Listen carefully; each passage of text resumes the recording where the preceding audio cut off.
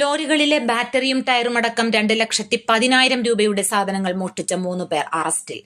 ചിറ്റാർ സീതത്തോട് ഗുരുനാഥൻ മണ്ണ് താമരശ്ശേരിയിൽ വീട്ടിൽ 29-കാരൻ ടി പി വിവേക്, ചിറ്റാർ സീതത്തോട് 86 മൂട്ടപ്പടി നല്ലാനിക്കുന്നത്ത് വീട്ടിൽ 21-കാരൻ നസീം നാസർ, ചിറ്റാർ സീതത്തോട് മൂന്നുകല്ല് കോട്ടുപടി എന്ന സ്ഥലത്ത് ചേത്തക്കാപ്പറമ്പിൽ വീട്ടിൽ 26-കാരൻ ആഷി എന്ന് വിളിക്കുന്ന ഹാഷിം എന്നിവരെയാണ് ചിറ്റാർ പോലീസ് അറസ്റ്റ് ചെയ്തത്.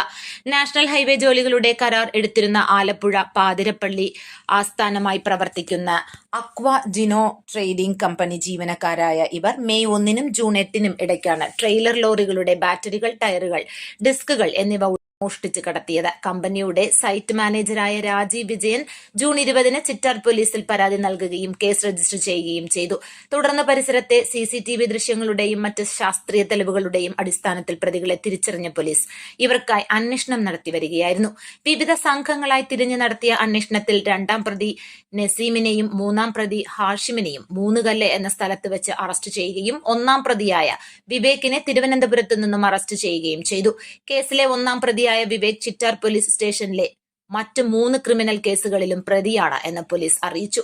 Chittar inspector SHO A Anees, sub ഇൻസ്പെക്ടർമാരായ PP Manoj Kumar, B Anilkumar, police ഉദ്യോഗസ്ഥരായ സുജിത്, പ്രവീൺ, പ്രകാശ്, പ്രണവ്, സുമേഷ്, അഖിൽജിത്ത് എന്നിവർ അടങ്ങിയ സംഘമാണ് പ്രതികളെ അറസ്റ്റ് ചെയ്തത്. കോടതിയിൽ ഹാജരാക്കിയ പ്രതികളെ റിമാൻഡ് ചെയ്തു.